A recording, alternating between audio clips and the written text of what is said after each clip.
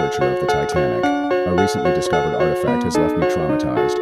Part 2. That was the first moment I heard the whispers, faint at first, so quiet I initially thought it was the wind or the ambient noise of my study.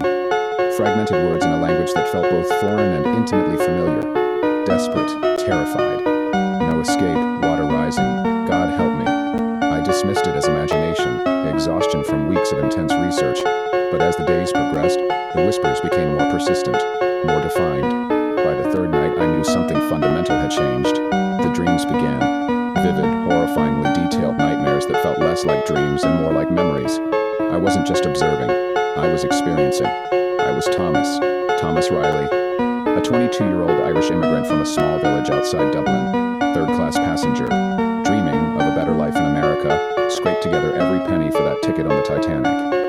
In these dreams, these memories, I could feel the cramped conditions of steerage, the smell of unwashed bodies, the constant background noise of children crying, adults speaking in a dozen different languages, the hope, the desperation, and then the ice.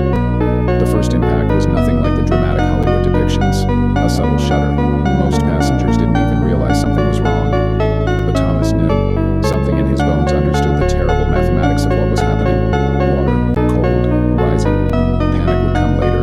First would be the terrible, suffocating realization of doom.